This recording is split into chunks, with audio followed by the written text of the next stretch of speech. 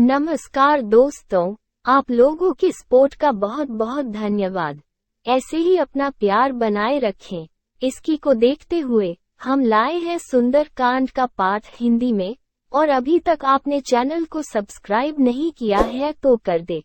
अगर आपको यह वीडियो अच्छा लगे तो लाइक जरूर करें और ये सुंदर कांड का पाठ लोगों तक जरूर शेयर करें। तो आइए शुरू करते हैं।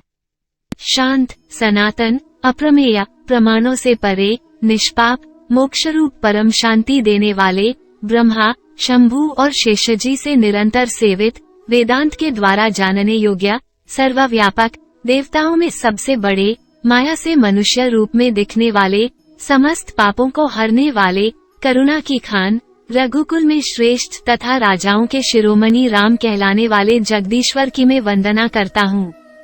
रघुनाथ जी, मैं सत्य कहता हूँ और फिर आप सबके अंतरात्मा ही हैं, सब जानते ही हैं कि मेरे हृदय में दूसरी कोई इच्छा नहीं है। हे रघुकुल श्रेष्ठ, मुझे अपनी निर्भरा पूर्ण भक्ति दीजिए और मेरे मन को काम आदि दोषों से रहित कीजिए। अतुल बल स्मरण करके बड़े पराक्रम के साथ हनुमान जी ने गर्जना की। कहते हैं जिस पहाड़ पर हनुमान जी ने पांव रखकर ऊपर छलांग लगाई थी, वो पहाड़ तुरंत पाताल के अंदर चला गया। जैसे श्री रामचंद्र जी का अमोघ बाण जाता है, ऐसे हनुमान जी वहां से चले। समुद्र ने हनुमान जी को श्री राम रघुनाथ का दूत जानकर मैनाक नाम पर्वत से कहा कि हे मैनाक, तू जा और इनको ठहरा कर श्रम मिटाने वाला हो। समुद्र के वचन कानों में पड़ते ही मैनाक पर्वत वहां से तुरंत उठा और हनुमान जी के पास आकर वार वार हाथ जोड़कर उसने हनुमान जी को प्रणाम किया।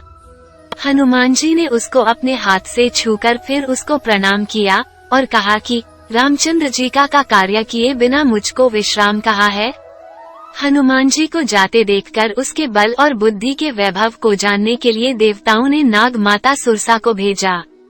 उस नाग माता ने आकर हनुमान जी से यह बात कही, आज तो मुझको देवताओं ने यह अच्छा आहार दिया। ये बात सुन हंसकर हनुमान जी बोले, मैं रामचंद्र जी का काम करके लौट आऊं और सीता जी की खबर रामचंद्र जी को सुना दूं। फिर हे माता, मैं आकर आपके मुंह में प्रवेश करूंगा। अभी तू मुझे जाने दे, इसमें कुछ भी फर्क नहीं पड़ेगा। मैं तुझे सत्य कहता हूँ, जब उसने किसी उपाय से उनको जाने नहीं दिया, तब हनुमान जी ने कहा कि तू क्यों देरी करती है, तू मुझको नहीं खा सकती। सुरसा ने अपना मुंह 1 योजन भर में फैलाया। हनुमान जी ने अपना शरीर 2 योजन विस्तार वाला किया। सुरसा ने अपना मुंह 16 योजन में फैलाया। हनुमान जी ने अपना शरीर तुरंत 32 योजन बड़ा किया। सुरसा ने जैसा जैसा मुंह फैलाया, हनुमान जी ने वैसे ही अपना स्वरूप उससे दुगना दिखाया। जब सुरसा ने अपना मुंह 100 योजन 400 कोस का में फैलाया, तब हनुमान जी तुरंत बहुत छोटा स्वरूप धारण कर उसके मुंह में बैठकर घुसकर झट बाहर चले आए। फिर सुरसा से विदा मानकर हनुमान जी ने प्रणाम किया। उस वक्त सुरसा ने हनुमान जी से कहा कि हे हनुमान, देवताओं ने मुझको जिसके लिए भेजा था, वो तेरा बल और बुद्धि का भेद मैंने अच्छी तरह पा लिया है। तुम बल और बुद्धि के भंडार हो, सो श्री रामचंद्र जी के सब कार्य सिद्ध करोगे। ऐसे आशीर्वाद देकर सुरसा तो अपने घर को चली और हनुमान जी प्रसन्न होकर लंका की ओर चले। समुद्र के अंदर एक राक्षस रहता था, सो वह माया करके आकाशचारी पक्षी और जंतुओं को पकड़ लिया करता था। जो जीव जंतु आकाश में उड़कर जाता, उसकी परछाई जल में देखकर परछाई को जल में पकड़ लेता, जिससे वो जीव जंतु फिर वहाँ से सरक नहीं सकता। इस तरह वह हमेशा आकाशचारी जीव जंतुओं को खाया करता था। उसने वही कपट हनुमान से किया। हनुमान ने उसका वो छल तुरंत पहचान लिया। धीर बुद्धि वाले पवन पुत्र वीर हनुमान जी उसे मारकर समुद्र के पार उतर गए। वहां जाकर हनुमान जी वन की शोभा देखते हैं कि ब्रह्मा मकरंद के लोभ से गुजाहट कर रहे हैं। अनेक प्रकार के वृक्ष फल और फूलों से शोभायमान हो रहे हैं। पक्षी और हिरणों का झुंड देखकर मन मोहित हुआ जाता है। वहाँ सामने हनुमान एक बड़ा विशाल पर्वत देखकर निर्भय होकर उस पहाड़ पर कूदकर चढ़ बैठे। महादेव जी कहते हैं कि हे पार्वती, इसमें हनुमान की कुछ भी अधिकता नहीं है। ये तो केवल एक रामचंद्र जी के ही प्रताप का प्रभाव है कि जो काल को भी खा जाता है। पर्वत पर चढ़कर हनुमान जी ने लंका को देखा तो वो ऐसी बड़ी दुर्गम है कि जिसके विषय में कुछ कहा नहीं जा सकता। पहले तो वो पुरी बहुत ऊंची, फिर उसके चारों ओर समुद्र की खाई, उस पर भी सुवर्ण के कोट का महाप्रकाश की जिससे नेत्र चकाचौंध हो जावे। उस नगरी का रत्नों से जड़ा हुआ सुवर्ण का कोट अतीव सुंदर बना हुआ है।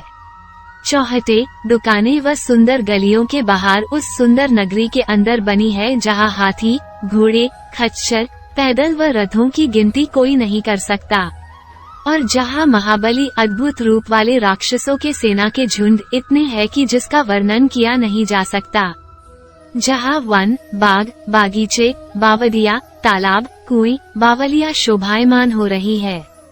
जहाँ मनुष्य कन्या, नागन्या, देवकन्या और गंधर्व कन्याएं विराजमान हो रही है, जिनका रूप देखकर मुनि लोगों का मन मोहित हुआ जाता है। कहीं पर्वत के समान बड़े विशाल देह वाले महाबलिष्ठ मल गर्जना करते हैं और अनेक अखाड़ों में अनेक प्रकार से भेद रहे हैं और एक एक को आपस में पटक पटक कर गर्जना कर रहे हैं। जहाँ कहीं विकट शरीर वाले करोड़ों भट्ट चारों तरफ से नगर की रक्षा करते हैं और कहीं वे राक्षस लोग भैंसे, मनुष्य, गौ, गधे, बकरे और पक्षियों को खा रहे हैं। राक्षस लोगों का आचरण बहुत बुरा है, इसीलिए तुलसीदास जी कहते हैं कि मैंने इनकी कथा बहुत संक्षेप से कही है। ये महादुष्ट है, परंतु रामचंद्र जी के बाणरूप पवित्र तीर्थ नदी के अंदर अपना शरीर त्याग कर गति अर्थात मोक्ष को प्राप्त होंगे। हनुमान जी ने बहुत से रखवालों को देखकर मन में विचार किया कि मैं छोटा रूप धारण करके नगर में प्रवेश करूं। हनुमान जी मच्छर के समान छोटा सा रूप धारण कर प्रभु श्री रामचंद्र जी के नाम का सुमिरन करते हुए लंका में प्रवेश करते हैं। लंका के द्वार पर हनुमान जी की भेंट लंकिनी नाम की एक राक्षसी से होती है। वह पूछती है कि मेरा निरादर करके कहाँ जा रहे हो? जय सियाराम, जय जय सियाराम। तूने मेरा भेद नहीं जाना? जहाँ तक चोर हैं, वे सब मेरे आहार हैं। महाकपि हनुमान जी उसे एक घूंसा मारते हैं, जिससे वो पृथ्वी पर लौक पड़ती है। वह राक्षसी लंकिनी अपने को संभाल कर फिर उठती है और डर के मारे हाथ जोड़कर हनुमान जी से कहती है, जब ब्रह्मा ने रावण को वर दिया था, तब चलते समय उन्होंने राक्षसों के विनाश की यह पहचान मुझे बता दी थी कि जब तू बंदर के मारने से व्याकुल हो जाए, तब तू राक्षसों का संहार हुआ जान लेना। हे तात, मेरे बड़े पुण्य हैं, जो मैं श्री राम जी के दूत को अपनी आँखों से देख पाई। हे तात, स्वर्ग और मोक्ष के सब सुखों को तराजू के एक पलड़े में रखा जाए तो भी वे सब मिलकर उस सुख के बराबर नहीं हो सकते, जो क्षण मात्र के सत्संग से होता है। अयोध्यापुरी के राजा रघुनाथ को हृदय में रखे हुए नगर में प्रवेश करके सब काम कीजिए। उसके लिए विष अमृत हो जाता है, शत्रु मित्रता करने लगते हैं, समुद्र गाय के खुर के बराबर हो जाता है, अग्नि में शीतलता आ जाती है, और हे गरुड़, सुमेरु पर्वत उसके लिए रज के समान हो जाता है, जिसे राम ने एक बार कृपा करके देख लिया। तब हनुमान ने बहुत ही छोटा रूप धारण किया और भगवान का स्मरण करके नगर में प्रवेश किया। उन्होंने एक एक महल की खोज की, जहाँ तहाँ असंख्य योद्धा देखे। फिर वे रावण के महल में गए। वह अत्यंत विचित्र था, जिसका वर्णन नहीं हो सकता। हनुमान जी ने महल में रावण को सोया हुआ देखा। वहाँ भी हनुमान जी ने सीता जी की खोज की, परंतु सीता जी उस महल में कहीं भी दिखाई नहीं दी। फिर उन्हें एक सुंदर भवन दिखाई दिया। उस महल में भगवान का एक मंदिर बना हुआ था। वह महल राम के आयुध, धनुष, बाण के चिन्हों से अंकित था। उसकी शोभा वर्णन नहीं की जा सकती। वहाँ नवीन नवीन तुलसी के वृक्ष समूहों को देखकर कपिराज हनुमान हर्षित हुए और उन्हीं ने सोचा कि यह लंका नगरी तो राक्षसों के कुल की निवास भूमि है, यहाँ सत्पुरुषों के रहने का क्या काम। इस तरह हनुमान जी मन ही मन में विचार करने लगे। इतने में विभीषण की आंख खुली और जागते ही उन्होंने राम राम ऐसा स्मरण किया, तो हनुमान जी ने जाना कि यह कोई सत्पुरुष है। इस बात से हनुमान जी को बड़ा आनंद हुआ। हनुमान जी ने विचार किया कि इनसे जरूर पहचान करनी चाहिए, क्योंकि सत्पुरुषों के हाथ कभी कार्य की हानि नहीं होती। फिर हनुमान जी ने ब्राह्मण का रूप धरकर वचन सुनाया तो वह वचन सुनते ही विभीषण उठकर उनके पास आया और प्रणाम करके कुशल पूछा कि हे विप्र ब्राह्मण देव, जो आपकी बात हो सो हमें समझाकर कहो। विभीषण ने कहा कि शायद आप कोई भगवंतों में से तो नहीं हो, क्योंकि मेरे मन में आपकी ओर बहुत प्रीति बती जाती है, अथवा मुझको बदभागी करने के वास्ते भक्तों पर अनुराग रखने वाले आप साक्षात दीनबंधु ही तो नहीं पधार गए हो। विभीषण के ये वचन सुनकर हनुमान जी ने रामचंद्र जी की सब कथा विभीषण से कही और अपना नाम बताया। परस्पर की बातें सुनते ही दोनों के शरीर रोमांचित हो गए और श्री रामचंद्र जी का स्मरण आ जाने से दोनों आनंदमग्न हो गए। विभीषण कहते हैं कि हे हनुमान जी, हमारी रहनी हम कहते हैं सो सुनो। जैसे दांतों के बीच में बेचारी जीभ रहती है, ऐसे हम इन राक्षसों के बीच में रहते हैं। हे प्यारे, वे सूर्य कुल के नाथ रघुनाथ मुझको अनाथ जानकर कभी कृपा करेंगे? जिससे प्रभु कृपा करे ऐसा साधन तो मेरे है नहीं, क्योंकि मेरा शरीर तो तमोगुणी राक्षस है और न कोई प्रभु के चरण कमलों में मेरे मन की प्रीति है। परंतु हे हनुमान जी, अब मुझको इस बात का पक्का भरोसा हो गया है कि भगवान मुझ पर अवश्य कृपा करेंगे, क्योंकि भगवान की कृपा बिना सत्पुरुषों का मिलाप नहीं होता। जय सियाराम, जय जय सियाराम। रामचंद्र जी ने मुझ पर कृपा की है, इसी से आपने आकर मुझको दर्शन दिए हैं।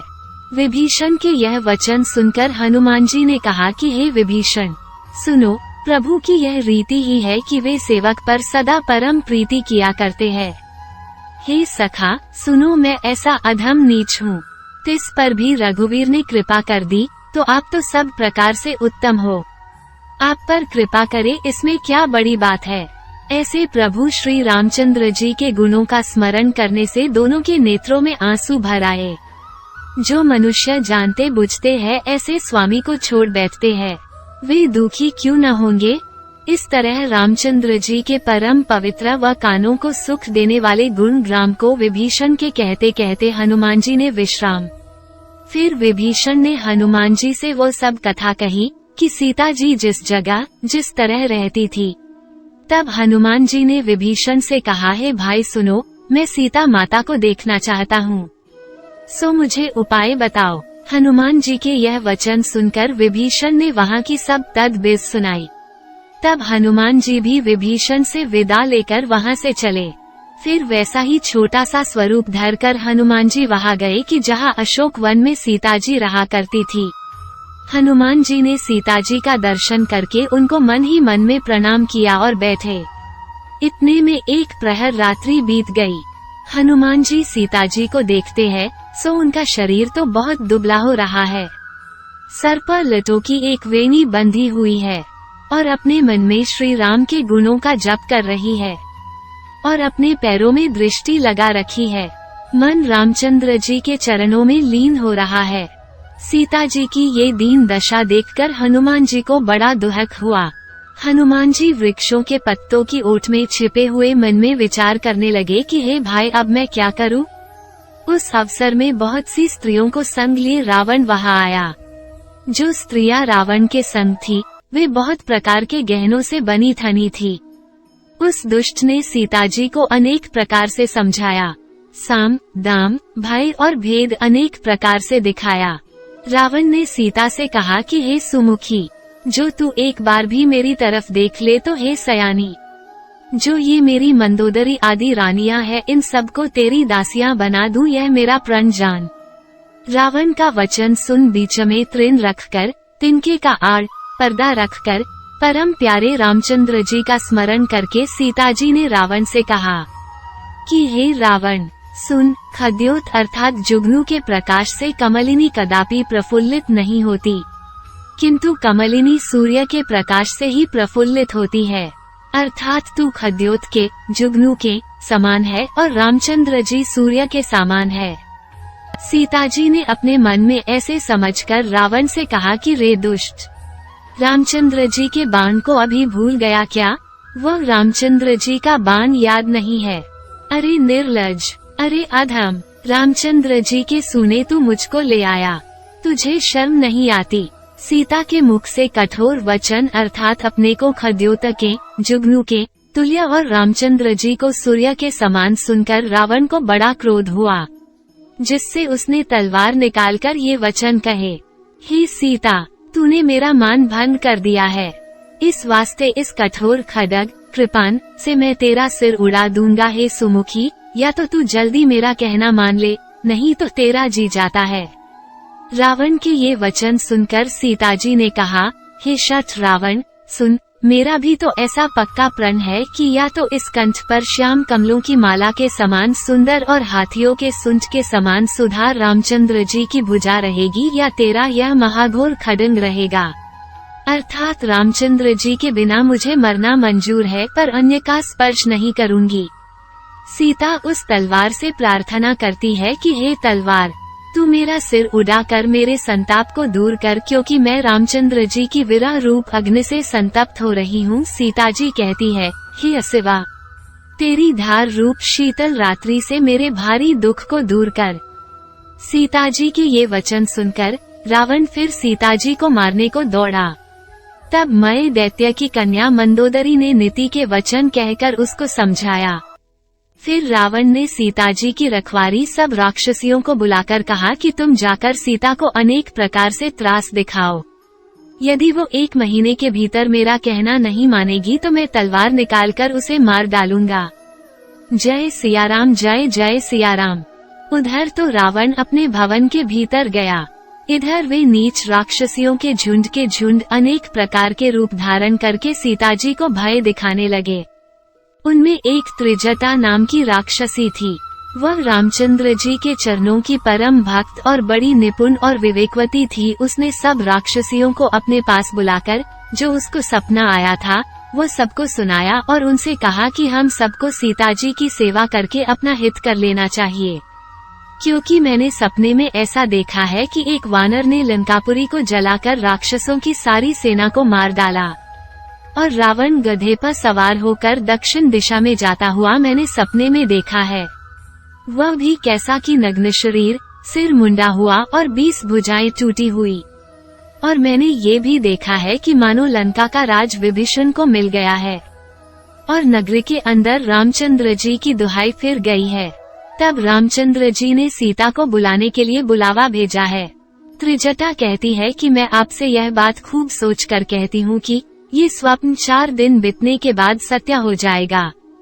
त्रिजटा के ये वचन सुनकर सब राक्षसियां डर गई और डर के मारे सब सीताजी के चरणों में गिर पड़ी। फिर सब राक्षसियां मिलकर जहाँ तहाँ चली गई। तब सीताजी अपने मन में सोच करने लगी कि 1 महीना बीतने के बाद यह नीच राक्षस रावण मुझे मार डालेगा।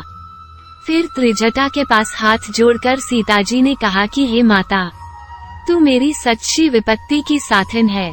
सीताजी कहती है कि जल्दी उपाय कर, नहीं तो मैं अपना देह त्यजती हूँ, क्योंकि अब मुझसे अति दुखद विरह का दुहक सहा नहीं जाता। हे माता, अब तू जल्दी काठ ला और चिता बनाकर मुझको जलाने के वास्ते जल्दी उसमें आग लगा दे। हे सयानी, तू मेरी प्रीति सत्य कर। सीताजी के ऐसे शूल के समान महाभयानक वचन सुनकर त्रिजटा ने तुरंत सीताजी के चरण कमल गहे और सीताजी को समझाया और प्रभु रामचंद्र जी का प्रताप, बल और उनका सुयश सुनाया और सीताजी से कहा कि हे राजपुत्री, अभी रात्रि है, इसलिए अभी अग्नि नहीं मिल सकती। ऐसा कहाकर वह अपने घर को चली गई। तब अकेली बैठी बैठी सीताजी कहने लगी कि क्या करूं, दैव ही प्रतिकूल हो गया। अब न तो अग्नि मिले और न मेरा दुहक कोई तरह से मिट सके।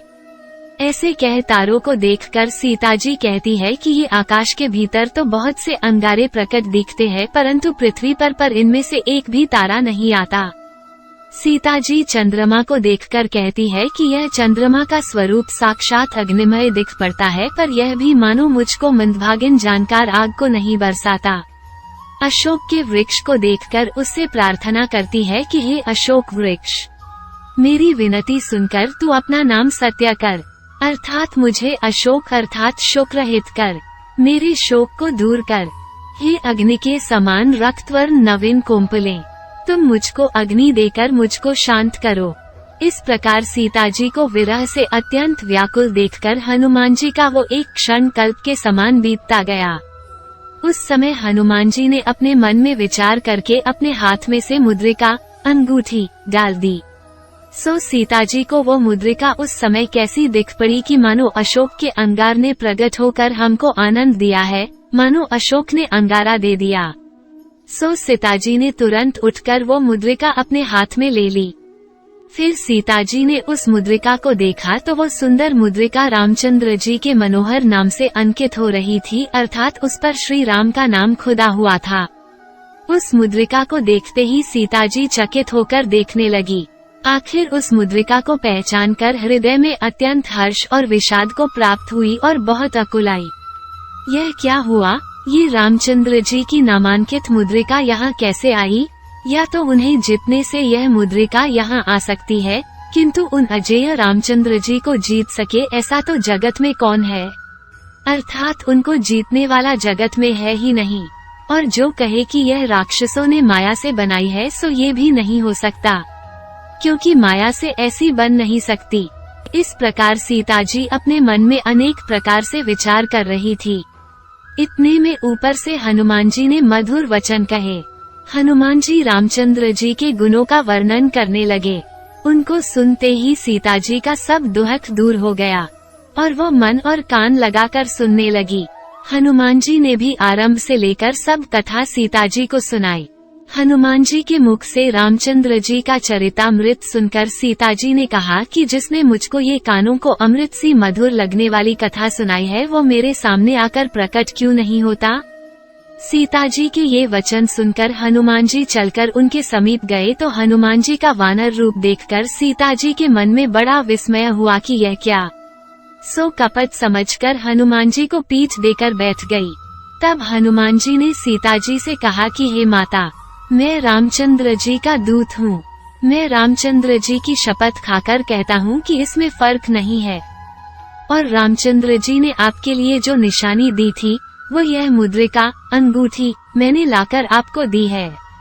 तब सीता जी ने कहा कि हे हनुमान, नर और वानरों के बीच आपस में प्रीति कैसे हुई वो मुझे कह। तब उनके परस्पर में जैसे प्रीति हुई थी वे सब समाचार हनुमान जी ने सीता जी से कहे।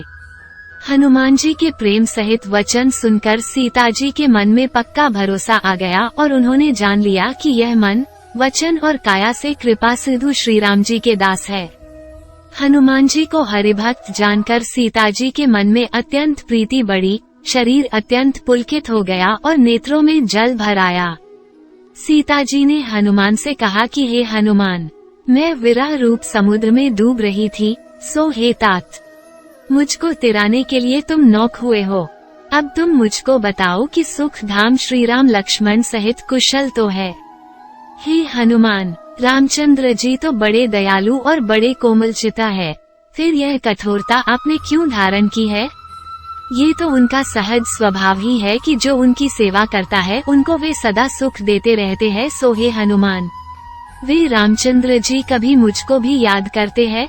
कभी मेरे भी नेत्र रामचंद्र जी के कोमल श्याम शरा को देखकर शीतल होंगे। सीता जी की उस समय ये दशा हो गई कि मुख से वचन निकलना बंद हो गया और नेत्रों में जल भर आया। इस दशा में सीता जी ने प्रार्थना की कि हे नाथ, मुझको आप बिल्कुल ही भूल गए। सीता जी को विरह से अत्यंत व्याकुल देखकर हनुमान जी बड़े विनय के साथ कोमल वचन बोले। हे माता, लक्ष्मण सहित रामचंद्र जी सब प्रकार से प्रसन्न है, केवल एक आपके दुहक से तो वे कृपानिधान अवश्य दुखी है, बाकी उनको कुछ भी दुहक नहीं है। हे माता, आप अपने मन छोटा करके दुहक मत कीजिए, क्योंकि रामचंद्र जी का प्यार आपकी और आपसे भी दुगुना है। हे माता, अब मैं आपको जो रामचंद्र जी का संदेशा सुनाता हूँ, सो आप धीरज धारण करके उसे सुनो। ऐसे कहते ही हनुमान जी प्रेम से गद गद हो गए और नेत्रों में जल भर आया। हनुमान जी ने सीता जी से कहा कि हे माता, रामचंद्र जी ने जो संदेश भेजा है वह सुनो। रामचंद्र जी ने कहा है कि तुम्हारे वियोग में मेरे लिए सभी बातें विपरीत हो गई है। नवीन कोपले तो मानो अग्निरूप हो गए हैं, रात्रि मानो कालरात्रि बन गई है, चंद्रमा सूरज के समान दिख पड़ता है, कमलों का वन मानो भालों के समूह के समान हो गया है। मेघ की वृष्टि मानो तापे हुए तेल के समान लगती है। मैं जिस वृक्ष के तले बैठता हूँ वही वृक्ष मुझको पीड़ा देता है और शीतल सुगंध मंद पवन मुझको सांप के श्वास के समान प्रतीत होता है। और अधिक क्या कहूँ, क्योंकि कहने से कोई दुहक घट थोड़ा ही जाता है, परंतु ये बात किसको कहूँ, कोई नहीं जानता। मेरे और आपके प्रेम के तत्व को कौन जानता है, कोई नहीं जानता। केवल एक मेरा मन तो उसको भले ही पहचानता है, पर वह मन सदा आपके पास रहता है। इतने ही में जान लेना कि राम किस कदर प्रेम के वश है। रामचंद्र जी के संदेश सुनते ही सीता जी ऐसी प्रेम में मग्न हो गई कि उन्हें अपने शरीर की भी सुध न रही।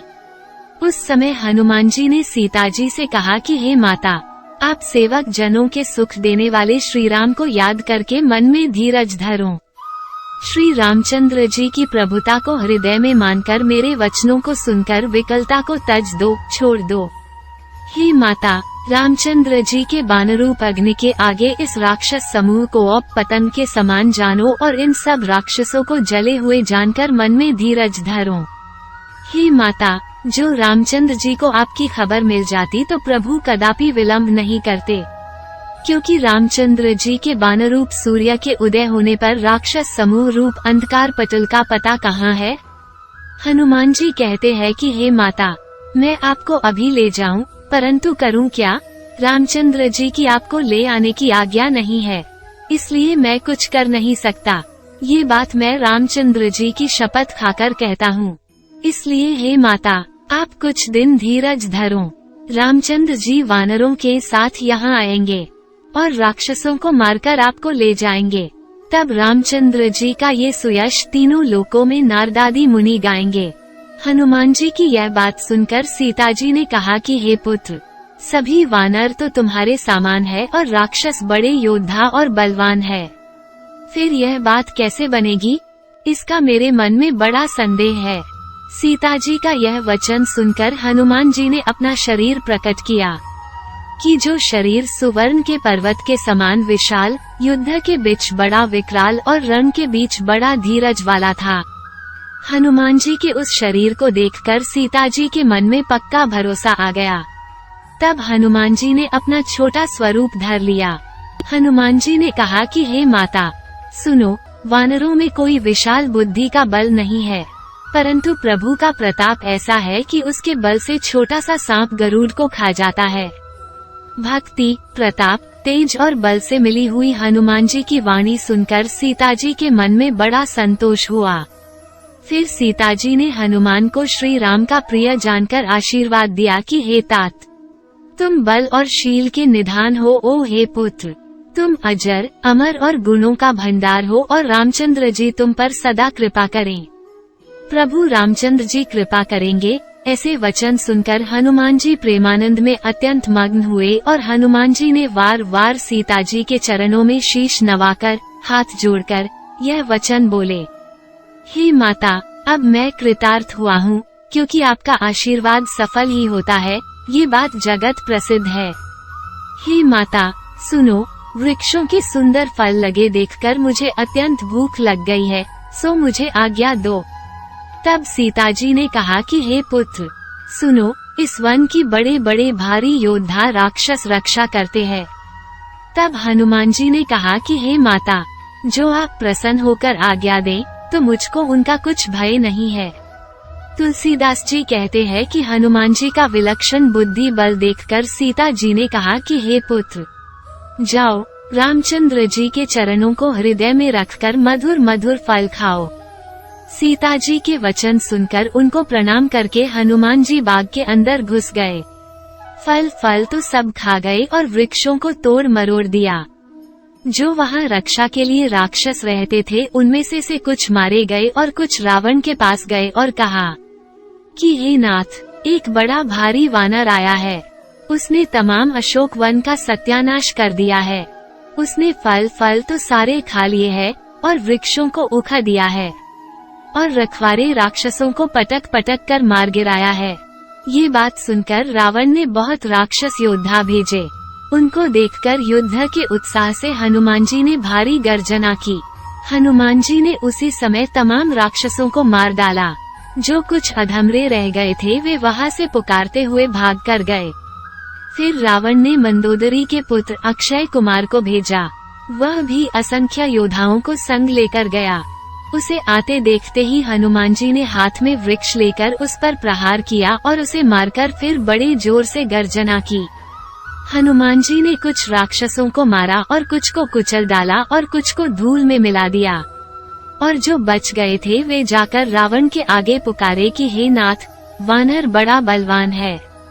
उसने अक्षय कुमार को मारकर सारे राक्षसों का संहार कर डाला। रावण राक्षसों के मुख से अपने पुत्र का वध सुनकर बड़ा गुस्सा हुआ और महाबली मेघनाद को भेजा और मेघनाद से कहा कि हे पुत्र, उसे मारना मत, किंतु बांधकर पकड़ ले आना, क्योंकि मैं भी उसे देखूं तो सही वह वानर कहाँ का है। इंद्रजीत, इंद्र को जीतने वाला, असंख्य योद्धाओं को संग लेकर चला। भाई के वध का समाचार सुनकर उसे बड़ा गुस्सा आया। हनुमान जी ने उसे देखकर यह कोई भयानक योद्धा आता है ऐसे जानकार कटकटा के महाघोर गर्जना की ओर दौड़े। एक बड़ा भारी वृक्ष उखाड़कर उससे मेघनाद को विरथ अर्थात रथहीन कर दिया। उसके साथ जो बड़े बड़े महाबली योद्धा थे उन सबको पकड़ पकड़ कर हनुमान जी अपने शरीर से मसल डाला। ऐसे उन राक्षसों को मारकर हनुमान जी मेघनाद के पास पहुँचे। फिर वे दोनों ऐसे भिड़े कि मानो दो गजराज आपस में भिड़ रहे हैं। हनुमान मेघनाद को एक घूंसा मारकर वृक्ष पर जा चढ़े और मेघनाद को उस प्रहार से एक क्षण भर के लिए मूर्छा आ गई। फिर मेघनाद ने सचेत होकर अनेक माया ये फैलाई, पर हनुमान जी किसी प्रकार जीते नहीं गए। मेघनाद अनेक अस्त्र चलाकर थक गया। तब उसने ब्रह्मास्त्र चलाया।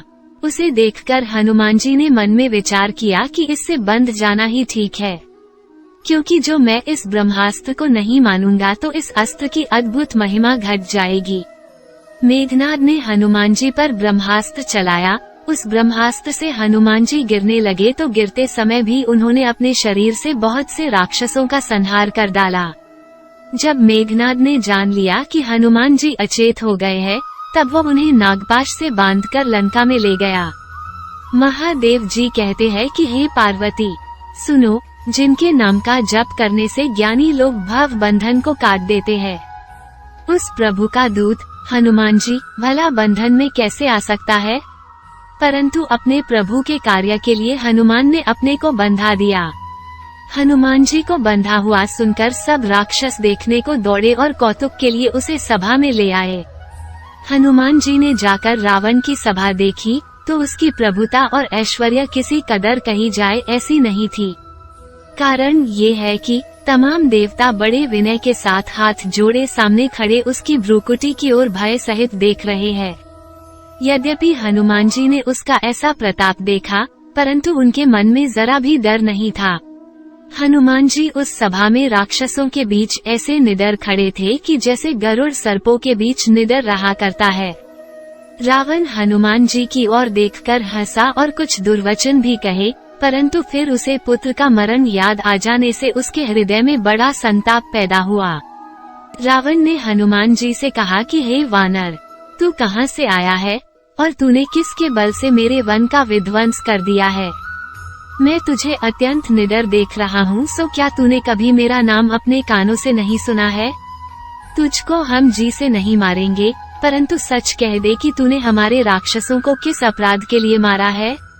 रावण के ये वचन सुनकर हनुमान जी ने रावण से कहा कि हे रावण, सुन, यह माया जिस परमात्मा के बल को पाकर अनेक ब्रह्मांड समूह रचती है।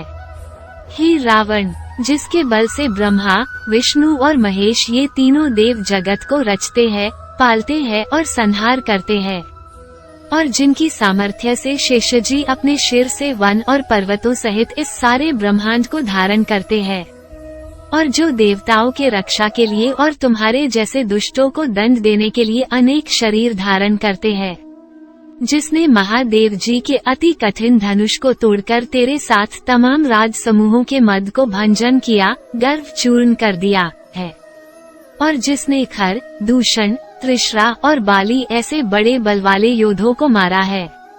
और हे रावण, सुन, जिसके बल के लवलेश अर्थात किंचिमात्र अंश से तूने तमाम चराचर जगत को जीता है, उस परमात्मा का मैं दूत हूँ, जिसकी प्यारी सीता को तू हर ले आया है।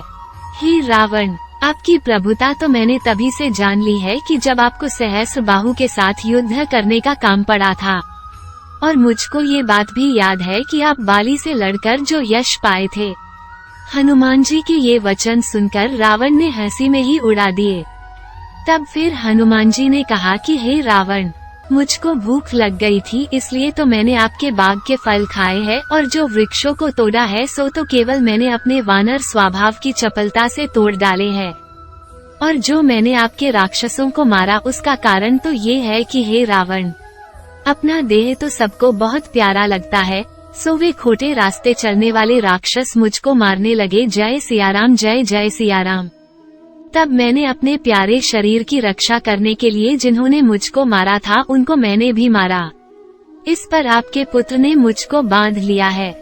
हनुमान जी कहते हैं कि मुझको बंध जाने से कुछ भी शर्म नहीं आती, क्योंकि मैं अपने स्वामी का कार्य करना चाहता हूँ। जय सियाराम, जय जय सियाराम।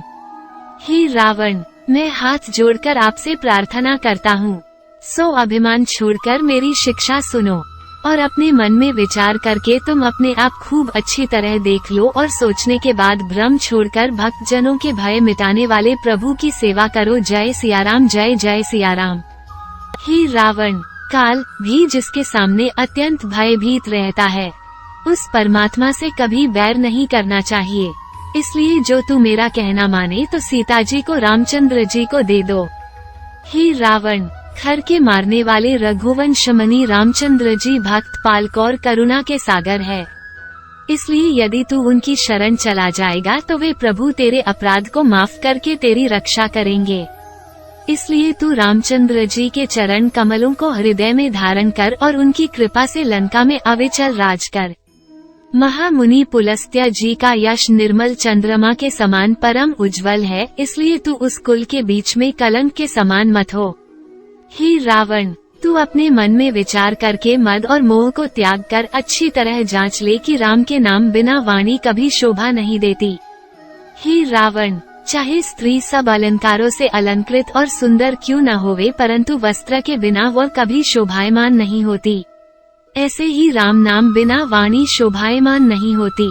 हे रावण, जो पुरुष रामचंद्र जी से विमुख है उसकी संपदा और प्रभुता पाने पर भी न पाने के बराबर है, क्योंकि वो स्थिर नहीं रहती किंतु तुरंत चली जाती है। देखो, जिन नदियों के मूल में कोई जल स्रोत नहीं है, वहाँ बरसात हो जाने के बाद फिर सब जल सूख ही जाता है, कहीं नहीं रहता।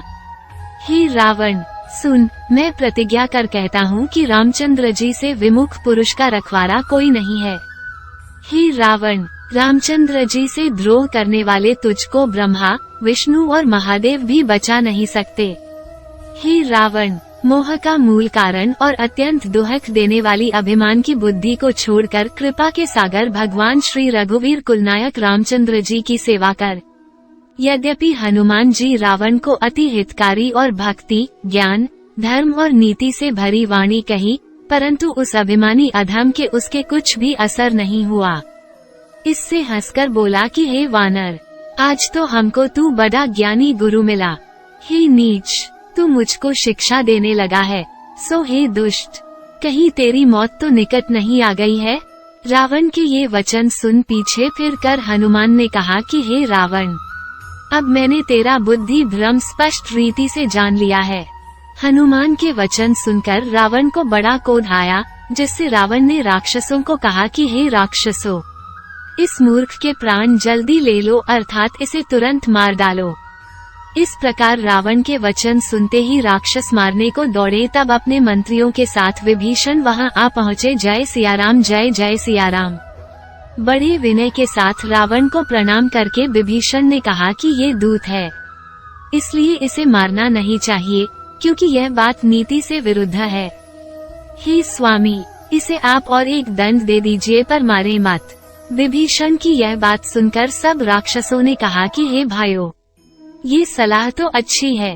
रावण इस बात को सुनकर बोला कि जो इसको मारना ठीक नहीं है, तो इस बंदर का कोई अंग भंग करके इसे भेज दो। सब लोगों ने समझाकर रावण से कहा कि वानर का ममत्व पूंछ पर बहुत होता है, इसलिए इसकी पूंछ में तेल से भीगे हुए कपड़े लपेटकर आग लगा दो। जब यह वानर पूंछहीन होकर अपने मालिक के पास जाएगा, तब अपने स्वामी को ये ले आएगा। इस वानर ने जिसकी अतुलित बधाई की है, भला उसकी प्रभुता को मैं देखूं तो सही कि वह कैसा है।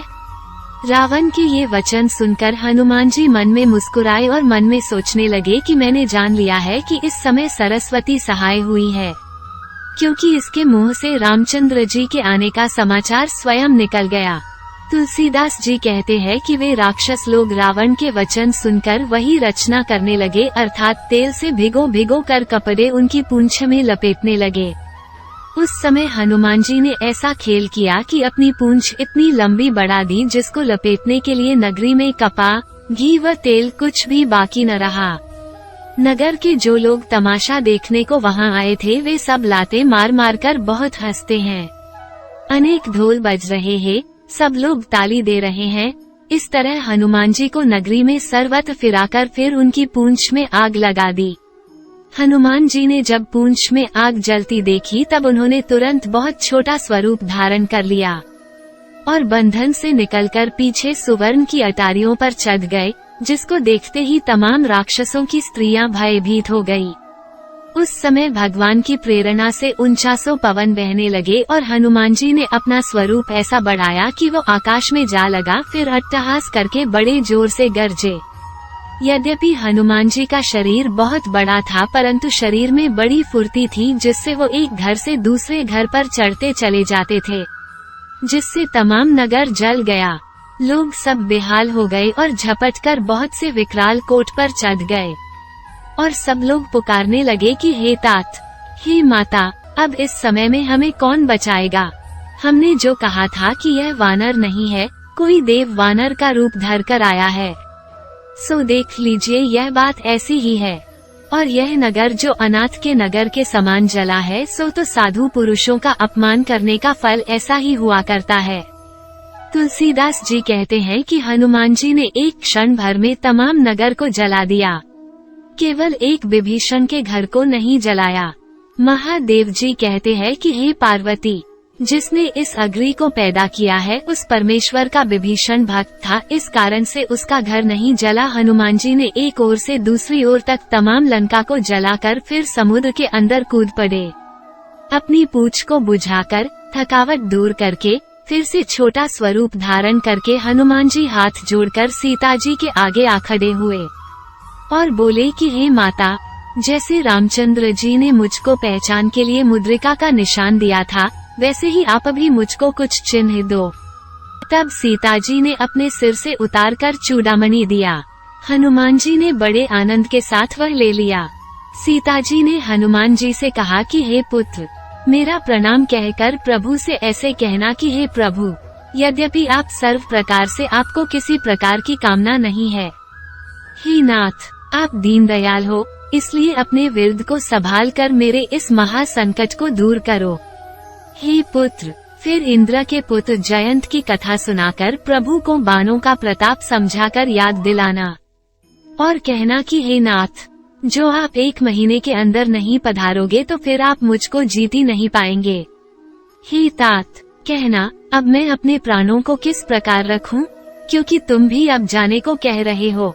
तुमको देखकर मेरी छाती ठंडी हुई थी, परंतु अब तो फिर मेरे लिए वही दिन है और वही रातें हैं। हनुमान जी ने जानकी को अनेक प्रकार से समझाकर कई तरह से धीरज दिया और फिर उनके चरण कमलों में सिर नमाकर वहां से रामचंद्र जी के पास रवाना हुए। जाते समय हनुमान जी ने ऐसी भारी गर्जना की कि जिसको सुनकर राक्षसियों के गर्भ गिर गए। समुद्र को लांघकर हनुमान जी समुद्र के इस पार आए और उस समय उन्होंने किलकिला शब्द, हर्षध्वनि सब बंदरों को सुनाया। हनुमान जी ने लंका से लौटकर कार्तिक की पूर्णिमा के दिन वहां पहुँचे।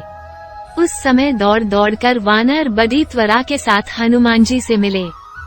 हनुमान जी को देखकर सब वानर बहुत प्रसन्न हुए और उस समय वानरों ने अपना नया जन्म समझा। हनुमान जी का मुख अति प्रसन्न और शरीर तेज से अत्यंत दैदीप्यमान देखकर वानरों ने जान लिया कि हनुमान जी रामचंद्र जी का कार्य करके आए हैं और इसी से सब वानर परम प्रेम के साथ हनुमान जी से मिले और अत्यंत प्रसन्न हुए। वे कैसे प्रसन्न हुए सो कहते हैं कि मानो तड़पती हुई मछली को पानी मिल गया। फिर वे सब सुंदर इतिहास पूछते हुए और कहते हुए आनंद के साथ रामचंद्र जी के पास चले। फिर उन सबों ने मधुवन के अंदर आकर युवराज अंगद के साथ वहां मीठे फल खाए। जब वहां के पहरेदार बरजने लगे तब उनको मुक्कों से ऐसा मारा कि वे सब वहां से भाग गए।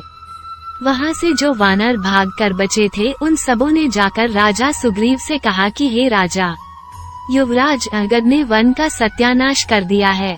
ये समाचार सुनकर सुग्रीव को बड़ा आनंद आया कि वे लोग प्रभु का काम करके आए हैं। सुग्रीव को आनंद क्यों हुआ, उसका कारण कहते हैं। सुग्रीव ने मन में विचार किया कि जो उनको सीता जी की खबर नहीं मिली होती तो वे लोग मधुवन के फल कदापि नहीं खाते। राजा सुग्रीव इस तरह मन में विचार कर रहे थे। इतने में समाज के साथ वे तमाम वानर वहां चले आए। सबने आकर सुग्रीव के चरणों में सिर नवाया और आकर उन सभी ने नमस्कार किया। तब बड़े प्यार के साथ सुग्रीव उन सब से मिले। सुग्रीव ने सभी से कुशल पूछा। तब उन्होंने कहा कि नाथ, आपके चरण कुशल देखकर हम कुशल हैं और जो ये काम बना है सो केवल रामचंद्र जी की कृपा से बना है। हे नाथ, ये काम हनुमान जी ने किया है।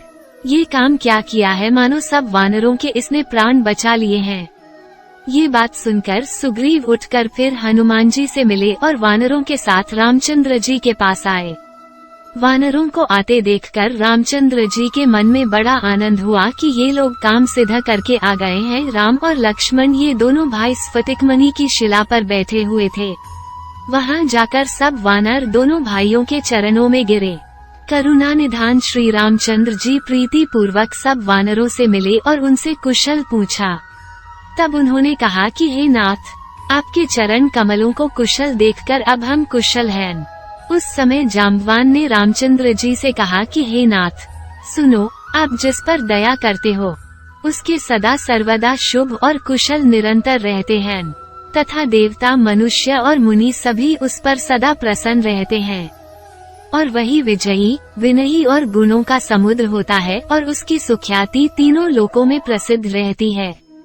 ये सब काम आपकी कृपा से सिद्ध हुआ है और हमारा जन्म भी आज ही सफल हुआ है। हे नाथ, पवन पुत्र हनुमान जी ने जो काम किया है उसका 1000 मुखों से भी वर्णन नहीं किया जा सकता। हनुमान जी की प्रशंसा के वचन और कार्य जाम्बवान ने रामचंद्र जी को सुनाए। उन वचनों को सुनकर दयालु श्री रामचंद्र जी ने उठकर हनुमान जी को अपनी छाती से लगाया और श्री राम ने हनुमान जी से पूछा कि हे तात, कहो, सीता किस तरह रहती है और अपने प्राणों की रक्षा वह किस तरह करती है। हनुमान जी ने कहा कि हे नाथ, यद्यपि सीता जी को कष्ट तो इतना है कि उनके प्राण एक क्षण भर न रहे, परंतु सीता जी ने आपके दर्शन के लिए प्राणों का ऐसा बंदोबस्त करके रखा है कि रात दिन अखंड पहरा देने के वास्ते आपके नाम को तो उसने सिपाही बना रखा है और आपके ध्यान को कपाट बनाया है और अपने नीचे किए हुए नेत्रों से जो अपने चरण की ओर निहारती है वो यंत्रिका अर्थात ताला है। अब उसके प्राण किस रास्ते बाहर निकलें। और चलते समय मुझको ये चूड़ामणि दिया है। ऐसे कहकर हनुमान जी ने वो चूड़ामणि रामचंद्र जी को दे दिया। तब रामचंद्र जी ने उस रत्न को लेकर अपनी छाती से लगाया। तब हनुमान जी ने कहा कि हे नाथ, दोनों हाथ जोड़कर नेत्रों में जल लाकर सीता जी ने कुछ वचन भी कहे हैं सो सुनिए।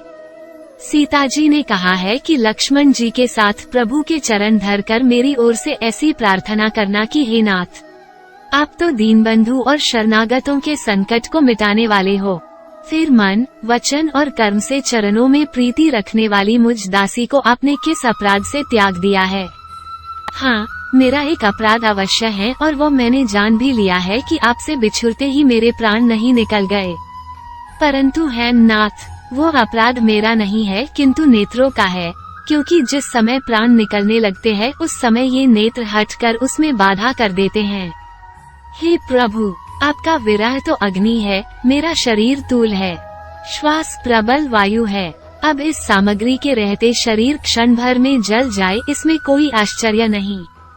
परंतु नेत्र अपने हित के लिए अर्थात दर्शन के वास्ते जल बहा बहा कर उस विरह की आग को शांत करते हैं। इससे विरह की आग भी मेरे शरीर को जला नहीं पाती। हनुमान जी ने कहा कि हे दीन दयाल, सीता की विपत्ति ऐसी भारी है कि उसको न कहना ही अच्छा है।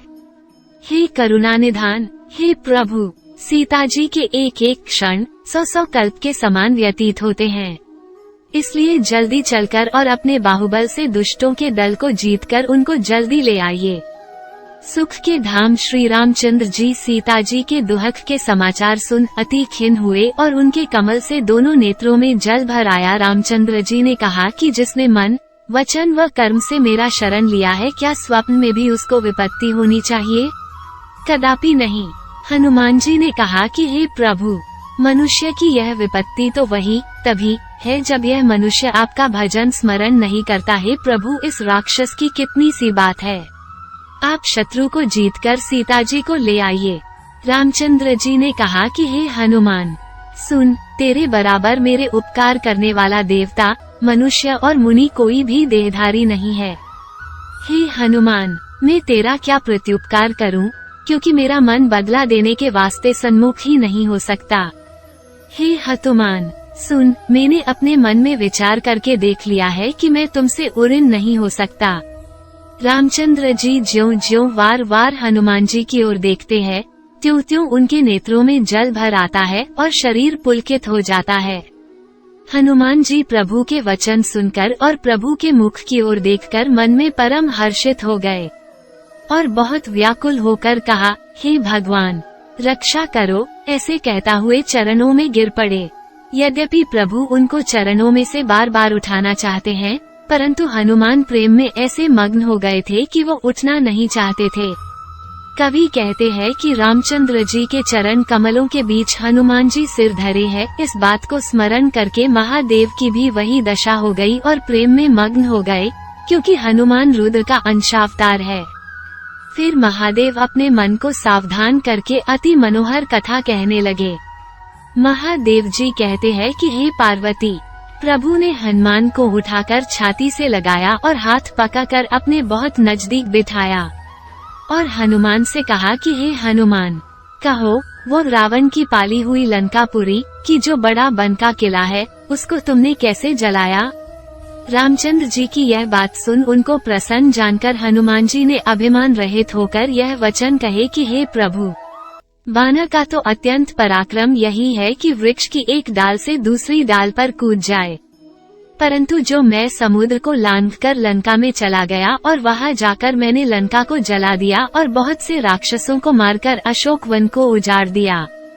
हे प्रभु, ये सब आपका प्रताप है। हे नाथ, इसमें मेरी प्रभुता कुछ नहीं है। हे प्रभु, आप जिस पर प्रसन्न हो उसके लिए कुछ भी कठिन नहीं है। आपके प्रताप से निश्चय रूई बड़वानल को जला सकती है, असंभव भी संभव हो सकता है। रामचंद्र जी के ये वचन सुनकर हनुमान जी ने कहा कि हे नाथ, मुझे तो कृपा करके आपकी अनपायनी कल्याणकारी और सुखदायी भक्ति दो। महादेव जी ने कहा कि हे पार्वती, हनुमान की ऐसी परम सरल वाणी सुनकर प्रभु ने कहा कि हे हनुमान, एवमस्तु, ऐसा ही हो, अर्थात तुमको हमारी भक्ति प्राप्त हो। हे पार्वती, जिन्होंने रामचंद्र जी के परम दयालु स्वभाव को जान लिया है, उनको रामचंद्र जी की भक्ति को छोड़कर दूसरा कुछ भी अच्छा नहीं लगता। ये हनुमान और रामचंद्र जी का संवाद जिसके हृदय में दृढ़ रीति से आ जाता है, वो श्री रामचंद्र जी की भक्ति को अवश्य पा लेता है। प्रभु के ऐसे वचन सुनकर तमाम वानर वृंद ने पुकार कर कहा कि हे दयालु, हे सुख के मूल कारण प्रभु, आपकी जय हो, जय हो, जय हो। उस समय प्रभु ने सुग्रीव को बुलाकर कहा कि हे सुग्रीव, अब चलने की तैयारी करो। अब विलंब क्यों किया जाता है? अब तुम वानरों को तुरंत आज्ञा क्यों नहीं देते हो? इस कौतुक को देखकर भगवान की यह लीला, देवताओं ने आकाश से बहुत से फूल बरसाए और फिर वे आनंदित होकर अपने अपने लोक को चल दिए। जय सियाराम, जय जय सियाराम। रामचंद्र जी की आज्ञा होते ही सुग्रीव ने वानरों के सेनापतियों को बुलाया और सुग्रीव की आज्ञा के साथ ही वानर और रीछों के झुंड की जिनके अनके प्रकार के वर्ण हैं और अतुलित बल हैं, वे वहां आए। जय सियाराम, जय जय सियाराम। महाबली वानर और रीछ वहां आकर गर्जना करते हैं और रामचंद्र जी के चरण कमलों में सिर झुकाकर प्रणाम करते हैं। तमाम वानरों की सेना को देखकर कमलनयन प्रभु ने कृपा दृष्टि से उनकी ओर देखा। जय सियाराम, जय जय सियाराम। प्रभु की कृपा दृष्टि पड़ते ही तमाम वानर रघुनाथ जी के कृपा बल को पाकर ऐसे बली और बड़े हो गए कि मानो पक्ष सहित पहाड़ ही तो नहीं है। उस समय रामचंद्र जी ने आनंदित होकर प्रयाण किया। तब नाना प्रकार के अच्छे और सुंदर शगुन भी होने लगे। जय सियाराम, जय जय सियाराम। ये दस्तूर है कि जिसके सब मंगलमय होना होता है उसके प्रयाण के समय शगुन भी अच्छे होते हैं। प्रभु ने प्रयाण किया उसकी खबर सीता जी को भी हो गई, क्योंकि जिस समय प्रभु ने प्रयाण किया उस वक्त सीता जी के शुभ सूचक बाएं अंग फड़कने लगे, मानो कह रहे हैं कि श्री राम आ रहे हैं। जय सियाराम, जय जय सियाराम। और जो जो शगुन सीता जी के अच्छे हुए वे सब रावण के बुरे शगुन हुए। इस प्रकार रामचंद्र जी की सेना रवाना हुई कि जिसके अंदर असंख्यात वानर और रीछ गरज रहे हैं। उस सेना का वर्णन करके कौन आदमी पार पा सकता है, कौन कर सकता है। जय सियाराम, जय जय सियाराम। जिनके नख ही तो शस्त्र हैं, पर्वत व वृक्ष हाथों में है, वे इच्छाचारी वानर और रीछ आकाश में कूदते हुए आकाश मार्ग होकर सेना के बीच जा रहे हैं। वानर व रीछ मार्ग में जाते हुए सिंहनाद कर रहे हैं, जिससे दिग्गज हाथी डगमगाते हैं और चीत्कार करते हैं। जय सियाराम, जय जय सियाराम। जब रामचंद्र जी ने प्रयाण किया तब दिग्गज चिन्हाड़ने लगे, पृथ्वी डगमगाने लगी, पर्वत कांपने लगे, समुद्र खड़बड़ा गए। सूर्य आनंदित हुआ कि हमारे वंश में दुष्टों को दंड देने वाला पैदा हुआ। देवता, मुनि, नाग व किन्नर ये सब मन में हर्षित हुए कि अब हमारे दुख टल गए। वानर विकट रीति से कटा रहे हैं, कोट्यान कोट बहुत से भट्ट इधर उधर दौड़ रहे हैं और रामचंद्र जी के गुणगुनों को गा रहे हैं कि हे प्रबल प्रताप वाले राम, आपकी जय हो। जय सियाराम, जय जय सियाराम।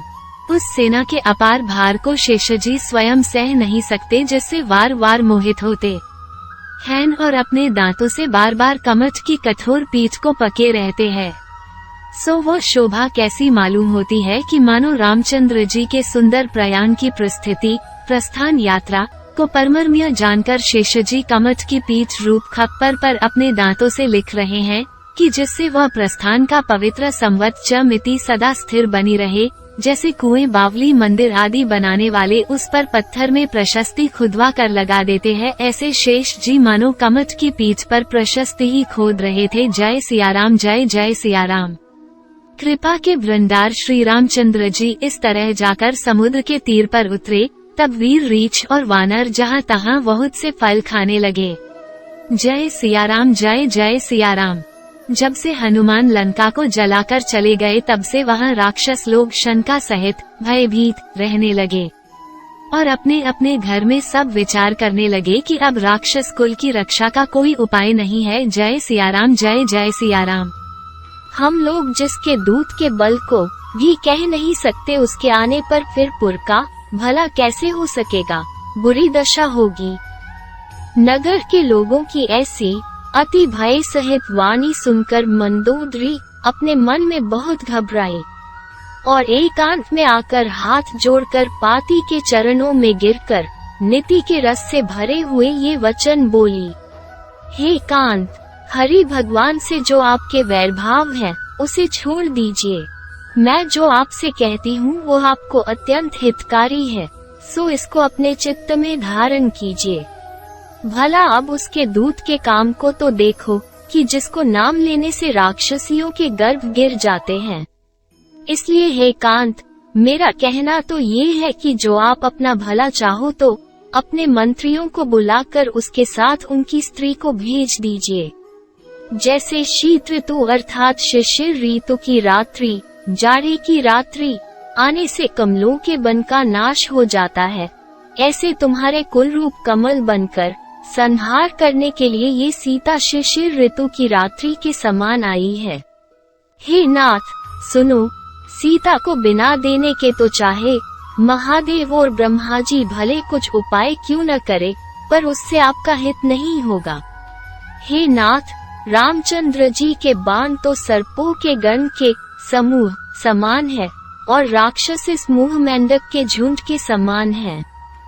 सो वे इनका संहार नहीं करते। इससे पहले आप यत्न करो और जिस बात का हठ पकड़ रखा है उसको छोड़कर उपाय कर लीजिए। कवि कहता है कि वो शठ मंडोदरी की यह वाणी सुनकर हंसा, क्योंकि उसके अभिमान को तमाम संसार जानता है, और बोला कि जगत में जो ये बात कही जाती है कि स्त्री का स्वभाव डरपोक होता है, सो ये बात सच्ची है, और इसी से तेरा मन मंगल की बात में अमंगल समझता है। रावण बोला, अब वानरों की सेना यहाँ आवेगी तो क्या बेचारी वह जीती रह सकेगी, क्योंकि राक्षस उसको आते ही खा जाएंगे। जिसकी त्रास के मारे लोकपाल कांपते हैं, उसकी स्त्री का भय होना ये तो एक बड़ी हंसी की बात है। वो दुष्ट मंददारी को ऐसे कह उसको छाती में लगाकर मन में बड़ी ममता रखता हुआ सभा में गया। परनु मंडोदरी ने उस वक्त समझ लिया कि अब इस कांत पर दैव प्रतिकूल हो गया है। रावण सभा में जाकर बैठा। वहां ऐसी खबर आई कि सब सेना समुद्र के उस पार आ गई है। तब रावण ने सब मंत्रियों से पूछा कि तुम अपना अपना जो योग्य मत हो वो कहो। तब वे सब मंत्री हंसे और चुप लगा कर रह गए। इसमें सलाह की कौन सी बात है? फिर बोले कि हे नाथ, जब आपने देवता और दैत्यों को जीता उसमें भी आपको श्रम नहीं हुआ, तो मनुष्य और वानर तो कौन गिनती है। जो मंत्री भय व लोभ से राजा को सुहाती बात कहता है तो उसके राज का तुरंत नाश हो जाता है, और जो वैद्य रोगी को सुहाती बात कहता है तो रोगी का वेग ही नाश हो जाता है, तथा गुरु जो शिष्य के सुहाती बात कहता है उसके धर्म का शीघ्र ही नाश हो जाता है। सो रावण के यहाँ वैसी ही सहाय बन गई, अर्थात सब मंत्री सुना सुना कर रावण की स्तुति करने लगे। उस अवसर को जानकर विभीषण वहाँ आया और बड़े भाई के चरणों में उसने सिर नवाया। फिर प्रणाम करके वह अपने आसन पर जा बैठा और रावण की आज्ञा पाकर यह वचन बोला, हे कृपालु, आप मुझसे जो बात पूछते हो सो हे तात, मैं भी मेरी बुद्धि के अनुसार कहूँगा।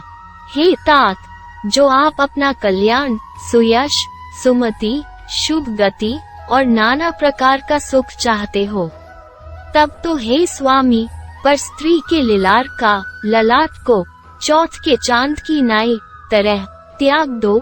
जैसे लोग चौथ के चंद्रमा को नहीं देखते, उसी प्रकार परस्त्री का मुख ही न देखे। चाहो कोई एक ही आदमी 14 लोगों का पति हो जावे, परंतु जो प्राणी मात्र से द्रोह रखता है वह स्थिर नहीं रहता, अर्थात तुरंत नष्ट हो जाता है। जो आदमी गुणों का सागर और चतुर है, परंतु वह यदि थोड़ा भी लोभ कर जाए तो उसे कोई भी अच्छा नहीं कहता। हे नाथ, ये सद्ग्रंथ अर्थात वेद आदि शास्त्र ऐसे कहते हैं कि काम, क्रोध, मद और लोभ ये सब नरक के मार्ग हैं। इस वास्ते इन्हें छोड़कर रामचंद्र जी के चरणों की सेवा करो। हे तात, राम मनुष्य और राजा नहीं है, किंतु वे साक्षात त्रिलोकीनाथ और काल के भी काल है।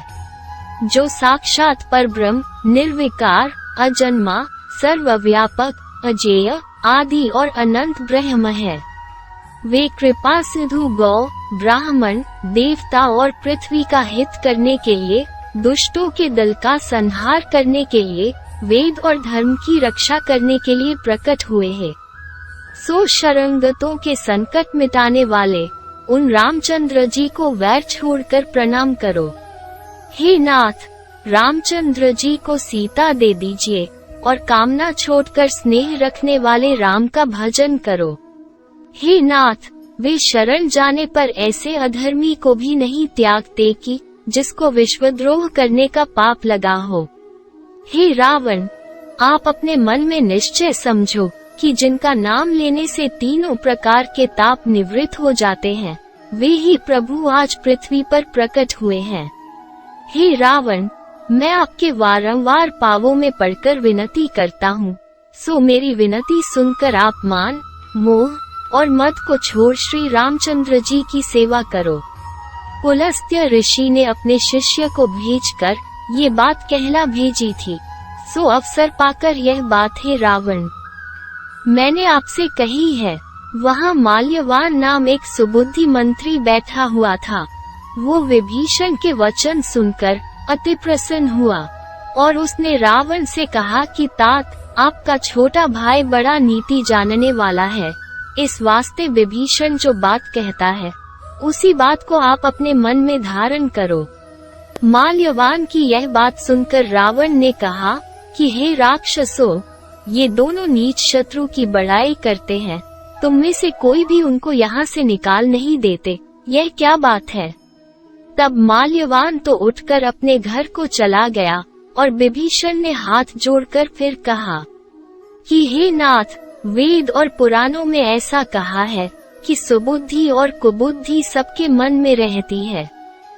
जहाँ सुमति है वहाँ संपदा है, और जहाँ कुबुद्धि है वहाँ विपत्ति। हे रावण, आपके हृदय में कुबुद्धि आ बसी है। इसी से आप हित और अनहित को विपरीत मानते हो कि जिससे शत्रु को प्रीति होती है। जो राक्षसों के कुल की कालरात्रि है, उस सीता पर आपकी बहुत प्रीति है। ये कुबुद्धि नहीं तो और क्या है। हे तात, मैं चरण पकड़कर आपसे प्रार्थना करता हूँ, सो मेरी प्रार्थना अंगीकार करो। आप सीता रामचंद्र जी को दे दो, जिससे आपका बहुत भला होगा। सयाने विभीषण ने नीति को कहकर वेद और पुराण के सन्मत वाणी कही, जिसको सुनकर रावण गुस्सा होकर उठ खड़ा हुआ और बोला कि हे दुष्ट, तेरी मृत्यु निकट आ गई दिखती है। हे नीच, सदा तू जीविका तो मेरी पाता है और शत्रु का पक्ष सदा अच्छा लगता है। हे दुष्ट, तू यह नहीं कहता कि जिसको हमने अपने भुजबल से नहीं जीता ऐसा जगत में कौन है। हे शठ, मेरी नगरी में रहकर जो तू तपस्वी से प्रीति करता है, हे नीच, उससे जा मिल और उसी से नीति का उपदेश कर। ऐसे कहकर रावण ने लात का प्रहार किया, परंतु विभीषण ने तो इतने पर भी वारंतरार पैर ही पकड़े। शिवजी कहते हैं, हे पार्वती, सत्पुरुषों की यही बड़ाई है कि बुरा करने वालों की भलाई ही सोचते हैं और करते हैं।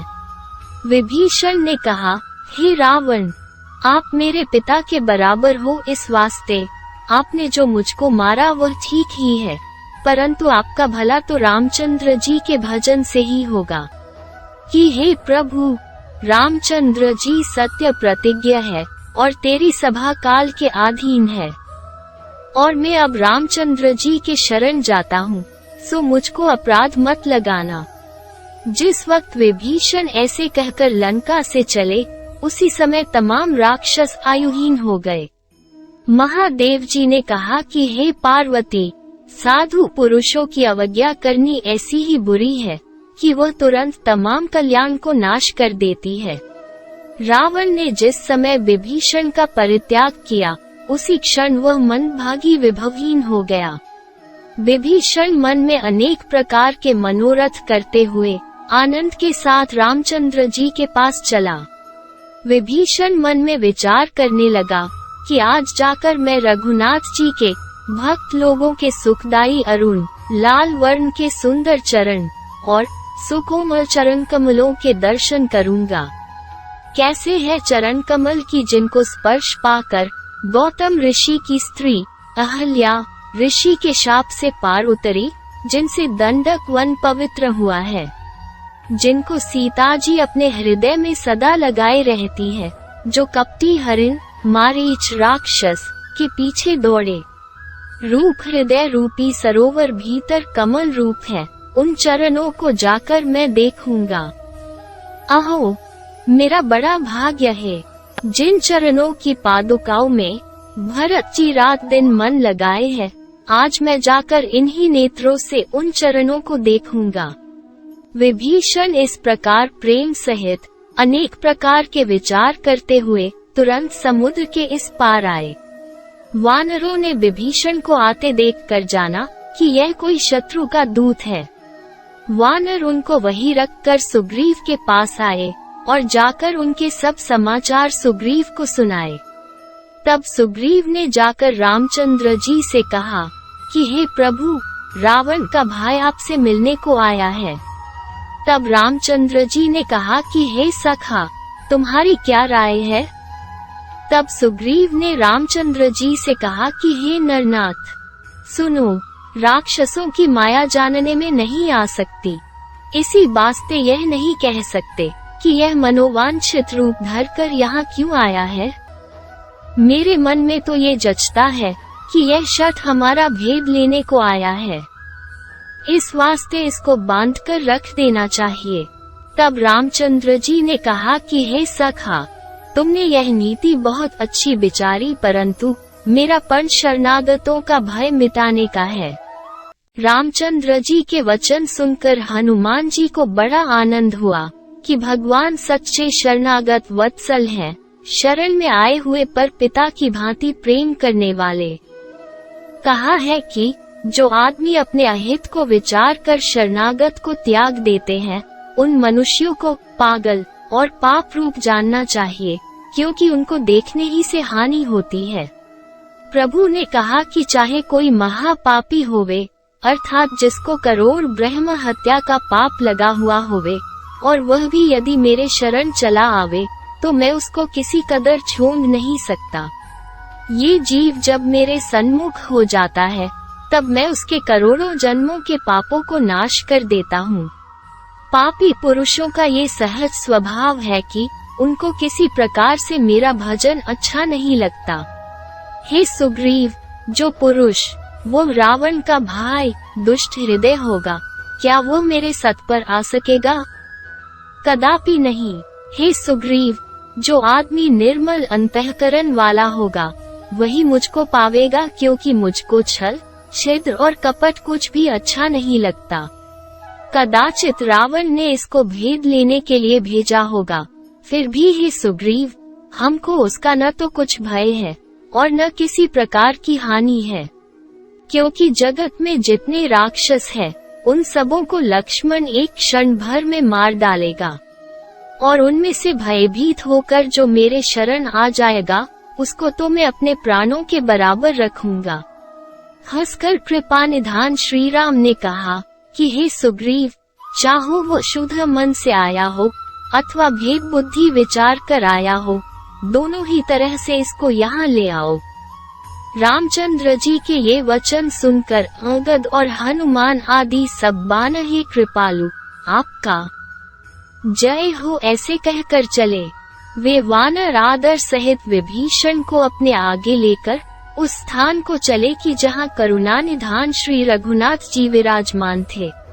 विभीषण ने नेत्रों को आनंद देने वाले उन दोनों भाइयों को दूर ही से देखा। फिर वो छवि के धाम श्री रामचंद्र जी को देखकर पलकों को रोककर एकटक देखते खड़े रहे।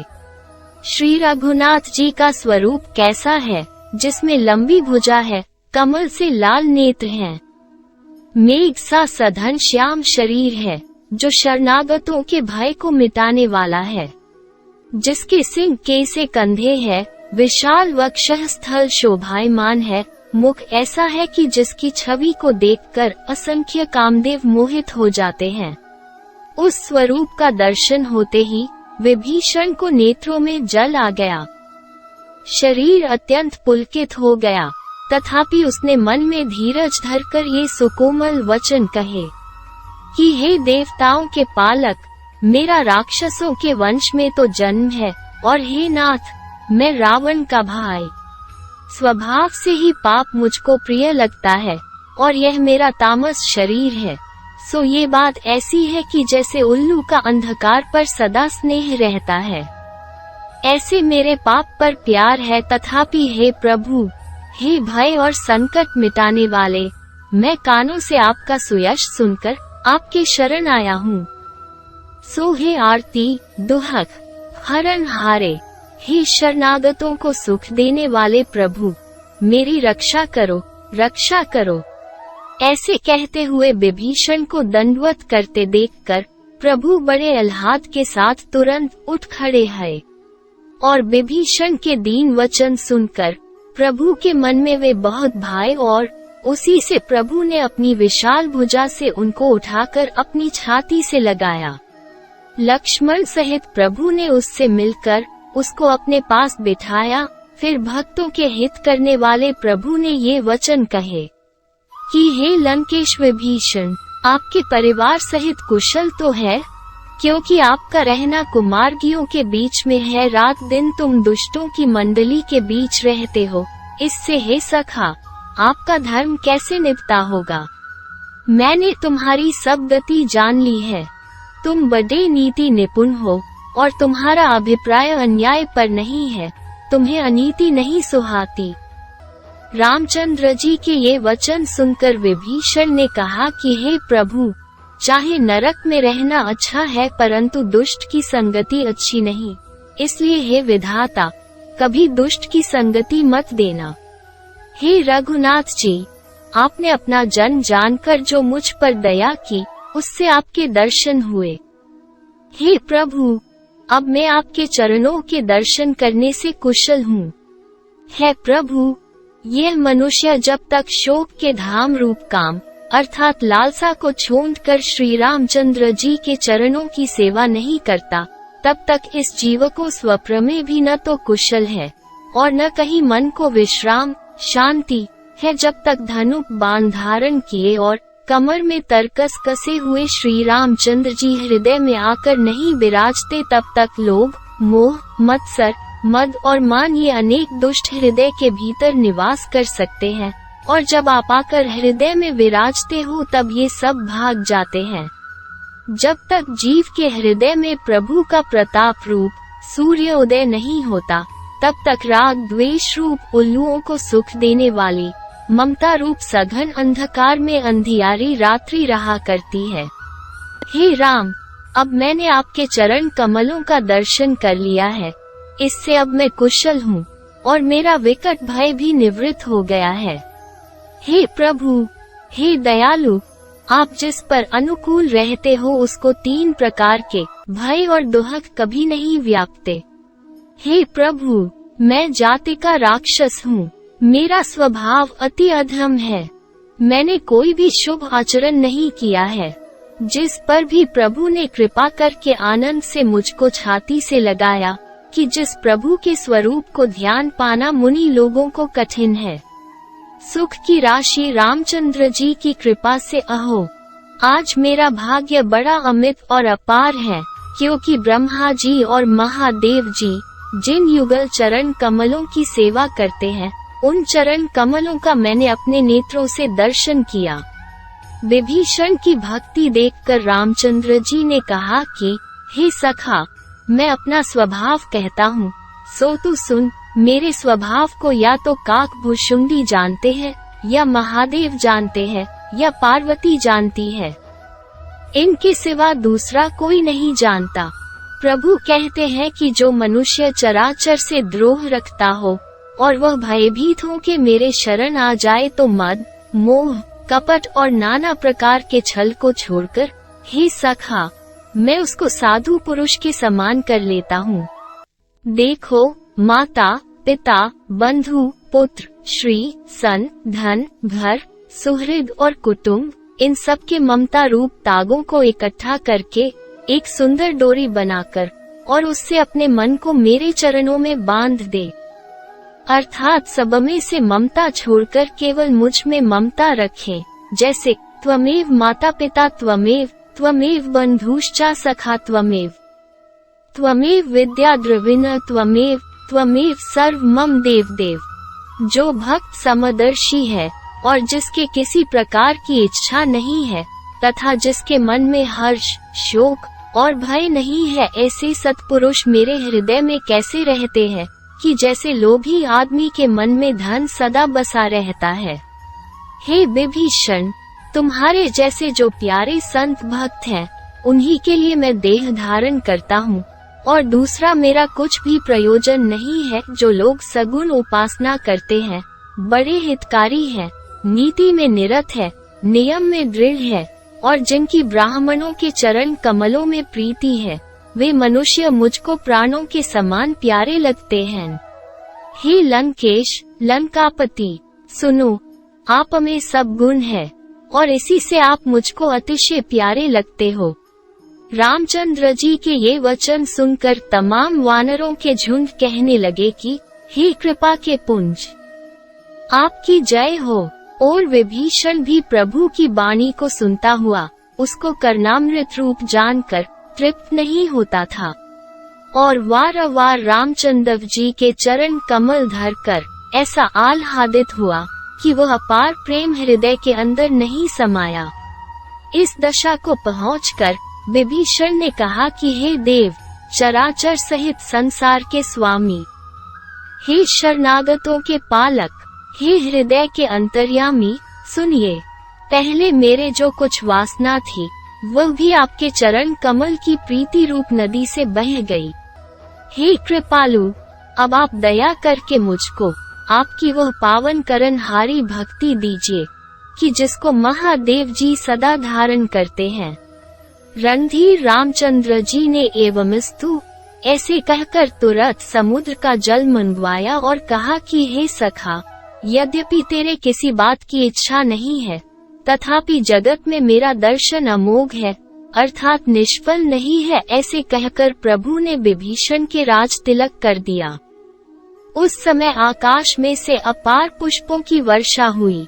रावण का क्रोध तो अग्नि के समान है और उसका श्वास प्रचंड पवन के तुल्य है।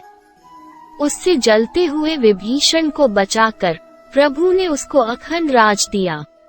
महादेव ने 10 माथे देने पर रावण को जो संपदा दी थी, वो संपदा कम समझकर रामचंद्र जी ने विभीषण को सकुचते हुए दी। ऐसे प्रभु को छोड़कर जो आदमी दूसरे को भजते हैं, वे मनुष्य बिना सींग पूंछ के पशु हैं। प्रभु ने विभीषण को अपना भक्त जानकर जो अपनाया, ये प्रभु का स्वभाव सब वानरों को अच्छा लगा। प्रभु तो सदा सर्वत्र सबके हृदय में बसने वाले, सर्वरूप, सर्वरहित और सदा उदासीन ही हैं।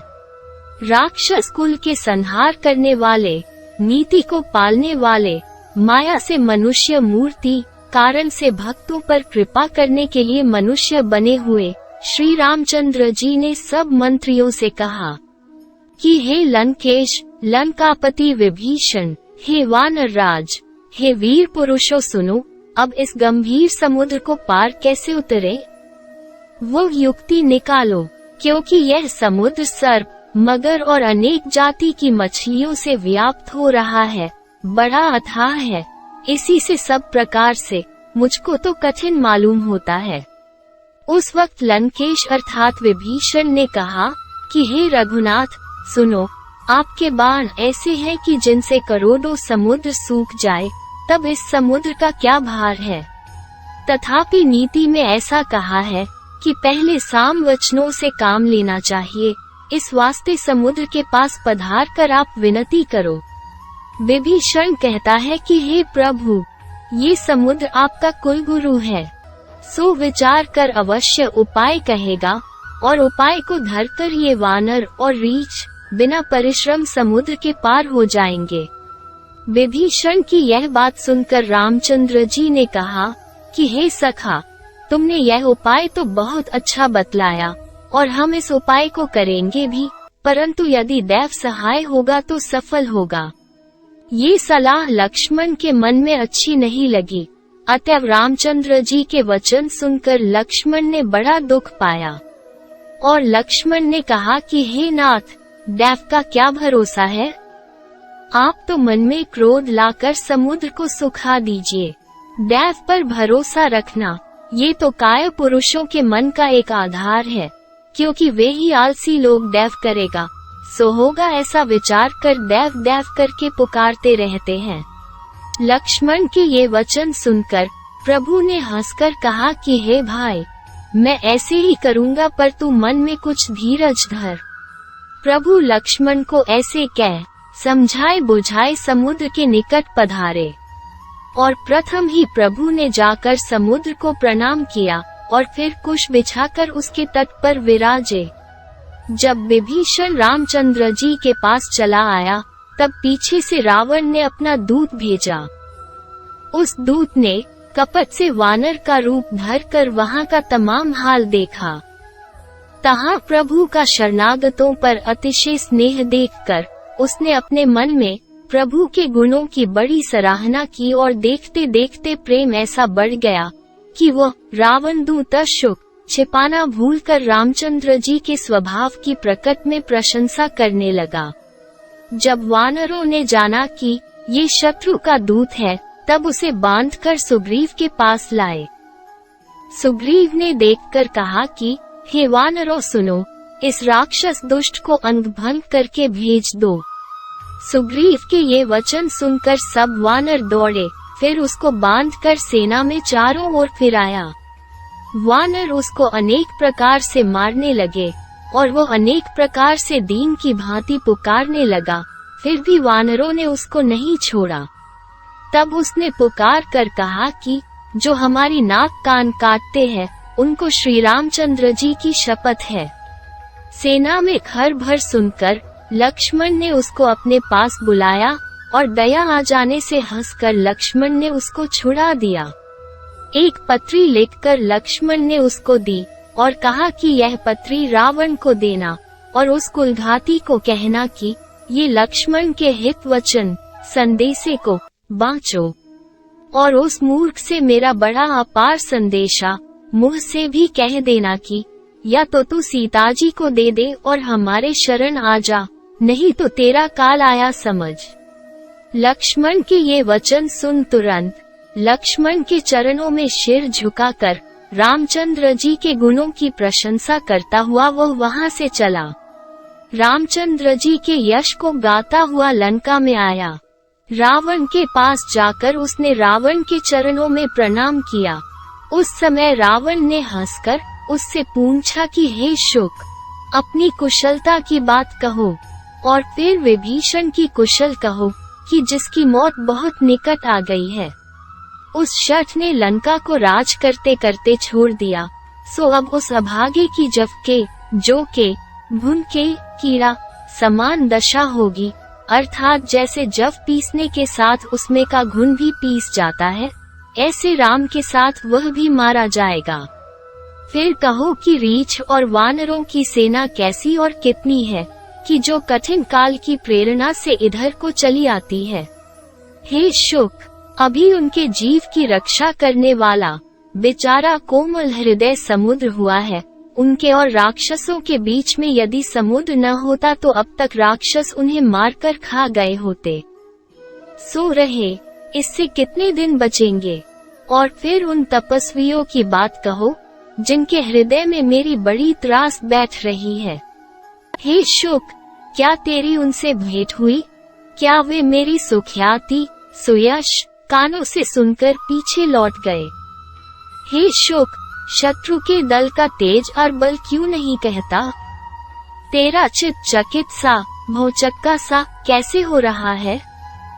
रावण के ये वचन सुनकर शुक ने कहा कि हे नाथ, जैसे आप कृपा करके पूछते हो, ऐसे ही क्रोध को त्याग कर जो वचन में कहूँ उसको मानो।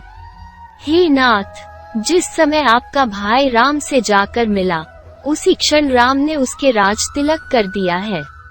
मैं वानर का रूप धरकर सेना के भीतर घुसा, सो फिरते फिरते वानरों ने जब मुझको आपका दूत जान लिया, तब उन्होंने मुझको बांधकर अनेक प्रकार का दुहक दिया और मेरी नाक कान काटने लगे। तब मैंने उनको राम की शपथ दी, तब उन्होंने मुझको छोड़ दिया। हे नाथ, आप मुझको वानरों की सेना के समाचार पूछते हो, सो वे 100 करोड़ मुखों से तो कहीं नहीं जा सकती। हे रावण, रीछ और वानर अनेक रंग धारण किए बड़े डरावने दिखते हैं, बड़े विकट उनके मुख हैं और बड़े विशाल उनके शरीर हैं। हे रावण, जिसने इस लंका को जलाया था और आपके पुत्र अक्षय कुमार को मारा था, उस वानर का बल तो सब वानरों में थोड़ा है। उनके बीच कई नामी भट्ट पड़े हैं कि जो बड़े भयानक और बड़े कठोर हैं, जिनके नाना वर्ण वाले और विशाल व तेजस्वी शरीर हैं। उनमें जो बड़े बड़े योद्धा हैं, उनमें से कुछ नाम कहता हूँ, सो सुनो। द्विविद, मयंद, नील, नल, अगद वगैरह, विकटास्य, दधिर्क, केसरी, कुमुद, गव और बल का पुंज जाम्बवान। ये सब वानर सुग्रीव के समान बलवान हैं।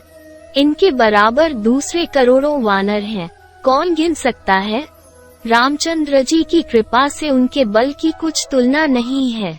वे उनके प्रभाव से त्रिलोकी को तृण के समान समझते हैं। हे रावण, वहाँ मैं गिन तो नहीं सका, परंतु कानों से ऐसा सुना था कि 18 पद्म तो अकेले वानरों के सेनापति हैं। हे नाथ, उस कटक में सेना ऐसा वानर एक भी नहीं है कि जो रण में आपको जीत न सके। सब वानर बड़ा क्रोध करके हाथ मींचते हैं, परंतु बेचारे करें क्या। रामचंद्र जी उनको आज्ञा नहीं देते। वे ऐसे बली हैं कि मछलियां और सर्पों के साथ समुद्र को सुखा सकते हैं और नखों से विशाल पर्वत को चीर सकते हैं।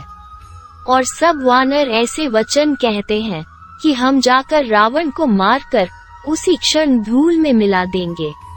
वे स्वभाव से ही निशंक है, सो बेधड़क गरजते हैं और तर्जते हैं, मानो वे अभी लंका को निगलना चाहते हैं। हे रावण, वे रीछ और वानर अव्वल तो स्वभाव ही से शूरवीर हैं और तिस पर फिर श्री रामचंद्र जी सिर पर है। इसलिए हे रावण, वे करोड़ों कालों को भी संग्राम में जीत सकते हैं।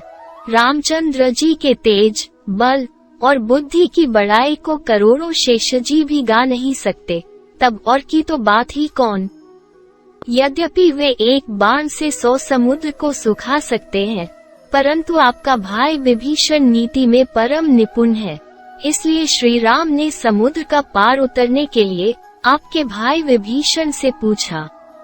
तब उसने सलाह दी कि पहले तो नरमी से काम निकालना चाहिए, और जो नरमी से काम नहीं निकले तो पीछे तेजी करनी चाहिए। विभीषण के ये वचन सुनकर श्री राम मन में दया रखकर समुद्र के पास मार्ग मांगते हैं। दूत के ये वचन सुनकर रावण हंसा और बोला कि जिसकी ऐसी बुद्धि है, तभी तो वानरों को तो सहाय बनाया है। और स्वभाव से डरपोक के विभीषण के वचनों पर दृढ़ता बांधी है, तथा समुद्र से अबोध बालक की तरह मचलना, बालहट ठाना है। हे मूर्ख, उसकी झूठी बड़ाई तू क्यों करता है। मैंने शत्रु के बल और बुद्धि की थाह पाली है। जिसके डरपोक विभीषण से मंत्री है, उसके विजय और विभूति कहाँ। खल रावण के ये वचन सुनकर दूत को बड़ा क्रोध आया। इससे उसने अवसर जानकर लक्ष्मण के हाथ की पत्री निकाली और कहा कि यह पत्रिका राम के छोटे भाई लक्ष्मण ने दी है। सो हे नाथ, इसको पढ़कर अपनी छाती को शीतल करो। रावण ने हंसकर वो पत्रिका बाएं हाथ में ली और यह शठ मूर्ख अपने मंत्रियों को बुलाकर पाने लगा। पत्रिका में लिखा था, अरे मूर्ख, तू बातों से मन को भले रिझा ले। हे कुलांतक, अपने कुल का नाश मत कर। रामचंद्र जी से विरोध करके विष्णु, ब्रह्मा और महेश के शरण जाने पर भी तू बच नहीं सकेगा। तू अभिमान छोड़कर अपने छोटे भाई के जैसे प्रभु के चरण कमलों का भ्रम हो जा, अर्थात रामचंद्र जी के चरणों का चेहरा हो जा। अरे खल, रामचंद्र जी के बाण रूप आग में तू कुल सहित पतंग मत हो। जैसे पतंग आग में पड़कर जल जाता है, ऐसे तू रामचंद्र जी के बाण से मृत्यु को मत प्राप्त हो। ये अक्षर सुनकर रावण मन में तो कुछ डरा, परंतु ऊपर से हंसकर सबको सुना के रावण ने कहा कि इस छोटे तपस्वी की वाणी का विलास तो ऐसा है कि मानो पृथ्वी पर पड़ा हुआ आकाश को हाथ से पकड़े लेता है। उस समय शुक ने दूत कहा कि हे नाथ, यह वाणी सब सत्य है, सो आप स्वाभाविक अभिमान को छोड़कर समझ लो। हे नाथ, आप क्रोध त्याज कर मेरे वचन सुनो और राम से जो विरोध बांध रखा है उसे छोड़ दो। यद्यपि वे राम सब लोगों के स्वामी हैं, तो भी उनका स्वभाव बड़ा ही कोमल है। आप जाकर उनसे मिलोगे तो मिलते ही वे आप पर कृपा करेंगे, आपके एक भी अपराध को वे दिल में नहीं रखेंगे। हे प्रभु, एक इतना कहना तो मेरा भी मानो कि सीता को आप रामचंद्र जी को दे दो। शुक ने कई बातें कही परंतु रावण कुछ नहीं बोला, परंतु जिस समय सीता को देने की बात कही उसी क्षण उस दुष्ट ने शुक को लात मारी। तब वह भी विभीषण की भांति रावण के चरणों में सिर नमाकर वहां को चला कि जहां कृपा के सिंधु श्री रामचंद्र जी विराजे थे। रामचंद्र जी को प्रणाम करके उसने वहां की सब बात कही। तदनंतर वह राक्षस रामचंद्र जी की कृपा से अपनी गति अर्थात मुनि शरीर को प्राप्त हुआ। महादेव जी कहते हैं कि हे पार्वती, ये पूर्व जन्म में बड़ा ज्ञानी मुनि था, सो अगस्त्य ऋषि के शाप से राक्षस हुआ था। यहाँ रामचंद्र जी के चरणों को वारंवार नमस्कार करके फिर अपने आश्रम को गया। जब जड़ समुद्र ने विनय से नहीं माना, अर्थात रामचंद्र जी को दर्भासन पर बैठे 3 दिन बीत गए, तब रामचंद्र जी ने क्रोध करके कहा कि भय बिना प्रीति नहीं होती। हे लक्ष्मण, धनुष बाण लाओ, क्योंकि अब इस समुद्र को बाण की आग से सुखाना होगा। देखो, इतनी बातें सब निष्फल जाती हैं।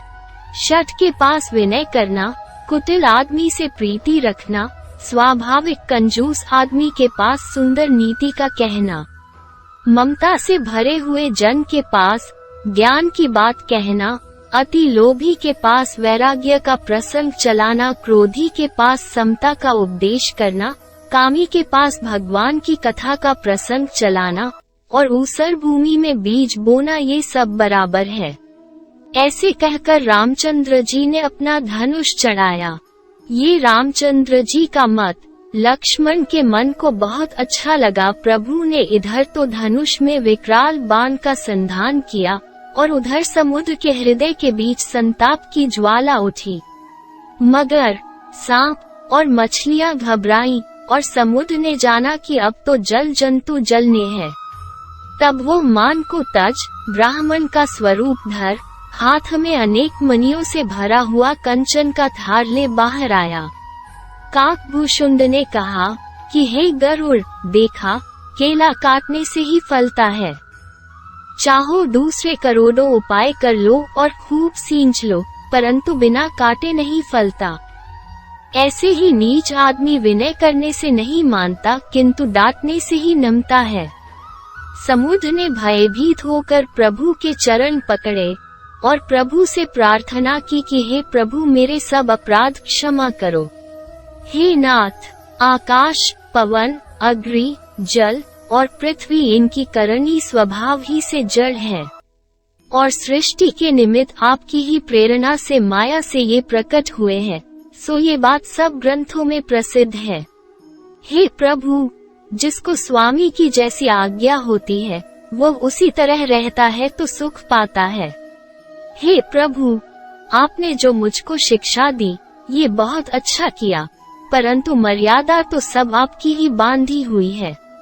हे प्रभु, मैं आपके प्रताप से सूख जाऊंगा और उससे कटक भी पार उतर जाएगा, परंतु इसमें मेरी महिमा घट जाएगी।